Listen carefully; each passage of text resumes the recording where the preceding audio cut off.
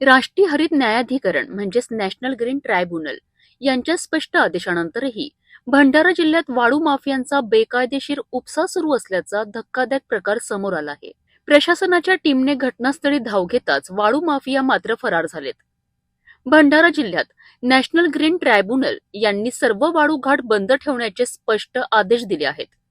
मात्र या आदेशांना केराची टोपली दाखवत काही वाळू माफिया भंडारा जिल्ह्यातील नदीपात्रातून रात्रीच्या अंधारात बेकायदेशीर वाळू उपसा करत असल्याचा प्रकार समोर आला आहे। ही घटना पवनी तालुक्यातील कातखेडा वाळूघाट परिसरात उघडकीस आली आहे।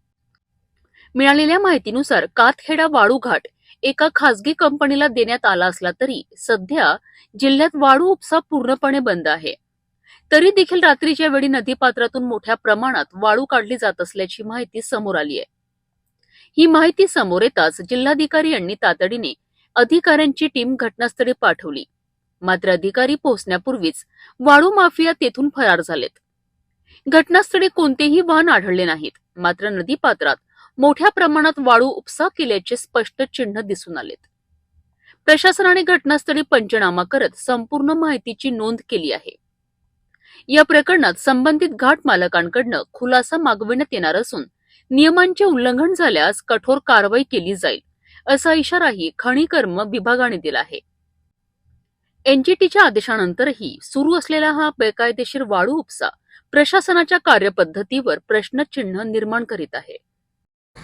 पवनी तालुक्यातील खातखेडा येथील रेती घाटामधून रात्री मोठ्या प्रमाणात चोरी होत आहे याबाबत बातम्या प्रसिद्ध झाल्या होत्या, तसेच तक्रारीसुद्धा प्राप्त झाल्या।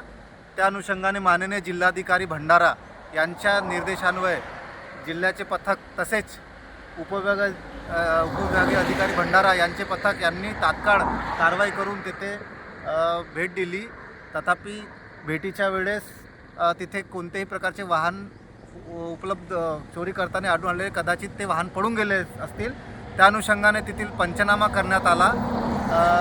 संबंधित रेती घाटाधारक याबाबत खुलासा मागवण्यात येईल व त्याला नोटीस बजावण्यात येईल, तसेच त्या अनुषंगाने कारवाई करण्यात येईल।